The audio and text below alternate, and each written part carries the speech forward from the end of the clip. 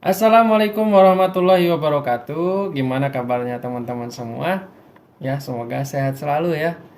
Dan jangan lupa buat teman-teman yang baru lihat video ini, boleh ditekan tombol subscribe dan aktifkan lonceng notifikasinya sebagai awal mula dari perkenalan kita. Nah, buat teman-teman semua ya, eh, boleh di klik tombol like-nya sebagai perkenalan kita ya, dan juga mempererat silaturahmi kita boleh di komen-komen kolom komentarnya. Dan jangan lupa buat teman-teman yang suka share tentang ilmu, boleh di-share juga video ini kepada teman-temannya, kepada kerabatnya, saudara-saudara semua, teman sekelas ya, atau teman selingkungan, boleh banget di grup WA atau di Facebook atau dimanapun itu, di IG ya, boleh banget. Nah, teman-teman semua ya yang dirahmati Allah, alhamdulillah kita masih diberikan banyak kenikmatan ya. Salawat serta salam juga tetap terlimpah curahkan kepada baginda kita, Nabi besar kita Rasulullah Muhammad Sallallahu Alaihi Wasallam. Oke, kita akan lanjutkan pembahasan kita ya dari buku Smart with Islam ya. Ini buku bagus banget teman-teman. Ya, jadi buat teman-teman yang mau beli buku ini boleh dicek di marketplace-nya, harganya terjangkau ya. Nah, nanti cek aja lah ya. Kemarin kita udah bahas tentang finding the light dan kenapa sih kita penting banget buat cari ilmu? Ya tentunya biar kita nggak salah arah, nggak salah jalan gitu ya, dan nggak salah mengambil keputusan dalam kehidupan kita. Jadi kita penting banget buat cari ilmu. Nah, setelah kita tahu betapa pentingnya mencari ilmu, maka kita perlu mencari ilmu tentang kehidupan kita. Ya, seperti halnya kita berbeda dengan hewan, ya ilmu dalam kehidupan pun berbeda ya, bertahan hidup pun berbeda. Antara misalnya makan nih, monyet mah makan pisang ya gitu-gitu aja, manusia beda, makan pisangnya menikmatinya bisa dimasak, bisa digoreng, bisa dikukus, apapun itu ya, bahkan kulitnya, batang pohon pisangnya pun bisa dimakan sama manusia mah ya. Tentunya itu semua dengan ilmu gitu kan, nggak sembarangan asal-asalan gitu ya kan, ambil langsung makan gitu kan, enggak ya. Tentunya ada pengolahan dan sebagainya, dan itu semua karena adanya ilmu. Nah, teman-teman, jadi penting banget yang namanya ilmu. Kalau kita kemarin udah bahas bagaimana pentingnya ilmu ya kan, terus juga udah bahas bagaimana mencari ilmu dalam kehidupan kita, bahkan dalam surat Al-Baqarah ayat 30 sampai 33 yang memberikan kita gambaran bahwa Allah memberikan kita akal, Allah memberikan kita pengetahuan. Bahkan ya, eh, pengetahuan yang Allah berikan itu luas banget. Tinggal kitanya mau cari apa enggak gitu kan.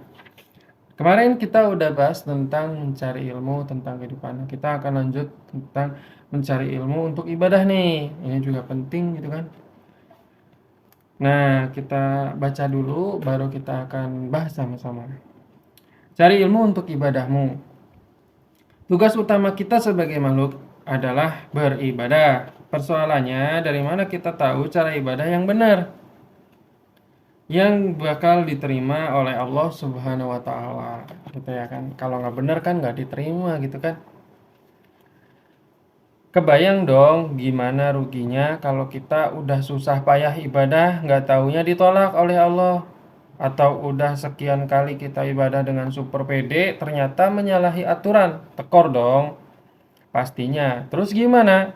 Nah, disinilah pentingnya kita mencari ilmu.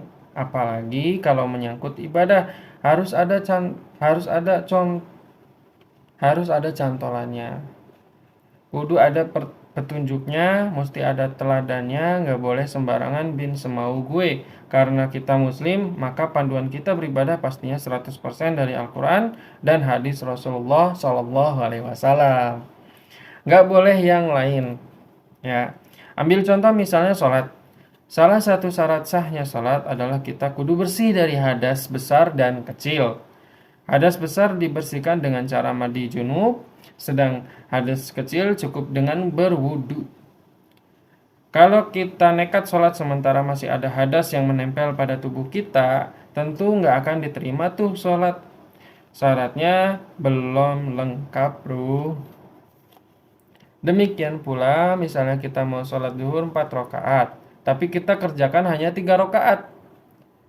Nggak apa-apa, Allah kan maha pemurah, cuman kurang 1 rakaat nih. Ya, meski Allah maha pemurah, bukan berarti dalam soal ibadah kita boleh main-main seenak udel. Tetap mesti ngikutin aturan dan tahu ilmunya. Kebayangkan betapa ruginya kita udah ibadah tapi nggak keterima. Gara-gara kita nggak tahu ilmunya.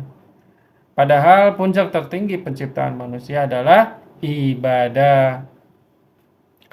Nah, sesuai dengan apa yang Allah katakan dalam surat Az-Zariyat ayat 56, maka mencari tahu atau mencari ilmu buat ibadah kita bukan hanya penting, tapi penting banget. Nah, sampai seperti itu ya. Jadi kita tuh puncak daripada tujuan kehidupan kita di surat Az-Zariyat ayat 56 ya. Yang saya ingat nih, A'udzubillahi minasyaitonirrajim. Wa ma khalaqtul jinna wal insa illa liya'budun. Ya. Dan tidaklah Allah menciptakan jin dan manusia melainkan agar mereka beribadah kepadaku. Itu kata Allah di surat Az-Zariyat ayat 56. Teman-teman boleh koreksi dan cek di Al-Qur'annya masing-masing. Kita lanjut. Sementara itu yang disebut ibadah nggak melulu urusannya cuman sholat, zakat, puasa, haji dan sejenisnya. Yang itu termasuk ibadah. Disebutnya ibadah ritual atau mahdoh. Kalau mau dikategorisasikan ibadah itu dibagi menjadi dua. Pertama, ibadah dalam arti khusus kayak yang kita sudah kasih contoh tadi seperti sholat. Kedua, ibadah dalam arti umum, yakni segala aktivitas yang dilakukan seorang muslim yang dilakukan dalam niat karena Allah dan juga caranya benar, patokannya benar salahnya ya Al-Quran dan hadis dong. Contoh nih, kenal dengan Pablo Escobar? Dia bukan seorang penjual es ya. Tapi dia adalah bos narkoba yang paling ditakuti di Kolombia sana. Pada puncak kejayaannya pada dekade 1980-an, Pablo Escobar menjadi orang paling kuat dan berkuasa di dunia. Dari segi jumlah kekayaan Escobar diperkirakan mencapai 24 miliar dolar.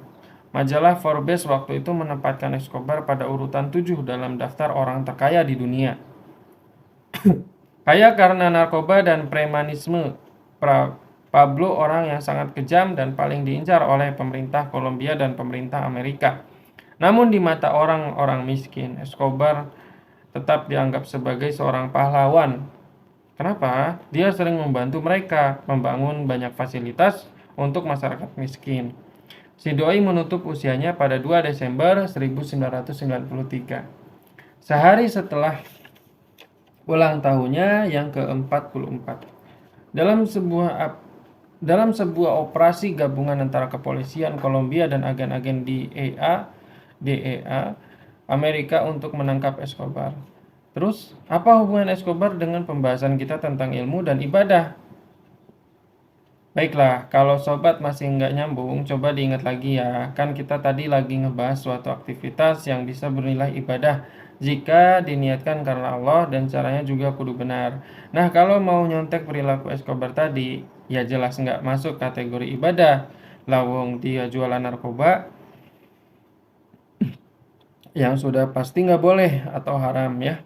Meskipun mungkin niatnya baik untuk menolong orang miskin, niat yang benar aja nggak cukup, tapi kudu didukung dengan cara yang benar.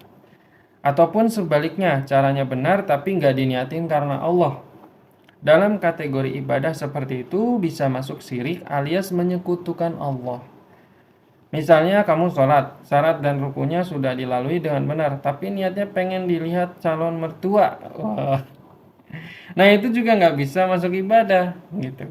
Niatnya salah. Jadi Dua ya, biar ibadah kita itu diterima. Yang pertama, niatnya benar, niatnya karena Allah gitu kan. Yang kedua, sesuai dengan apa yang Rasulullah ajarkan gitu kan. Makanya kan ada hadisnya, sholatlah kalian seperti aku sholat. Jadi sholatnya sesuai yang dicontohkan oleh Rasul gitu. Oke, kita lanjut. Soal mengetahui aktivitas apa saja yang masuk kategori ibadah, apa syarat suatu aktivitas bisa bernilai ibadah? Syarat apa saja yang bisa membatalkan suatu ibadah adalah penting. Disinilah mencari ilmu, belajar, alias finding the like menjadi urgent. Jadi penting banget ya. Eh, Kayak tadi ya, Pablo Escobar, dia niatnya baik gitu kan, menolong orang miskin, tapi caranya salah dengan menjual narkoba. Dan ini kan jelas nggak boleh gitu kan dalam Islam. Begitupun misalnya tadi kita niatnya benar, apa namanya, ibad apa ya, kerjaannya bener nih, sholat gitu ya kan, tapi niatnya yang salah, niatnya pengen dilihat orang, pengen pengen dipamerin gitu kan, bukan bukan niatnya bukan karena Allah, itu juga salah gitu kan. Jadi yang benar gimana, niatnya karena Allah dan caranya benar sesuai dengan yang Rasulullah ajarkan gitu kan. Nah, oke teman-teman, segitu dulu pembahasan kita. Yang ada pertanyaan boleh ditulis di kolom komentar ya, atau misalnya teman-teman boleh koreksi kalau misalnya ada saya salah ngomong ya, atau salah ucap. Namanya juga manusia ya, kita saling sharing, kita saling apa namanya, belajar sama-sama, belajar bareng ya. Biar kita sama-sama masuk surganya Allah Subhanahu wa taala. Amin ya Allah ya rabbal alamin. Alhamdulillah, salam silaturahmi. Wassalamualaikum warahmatullahi wabarakatuh.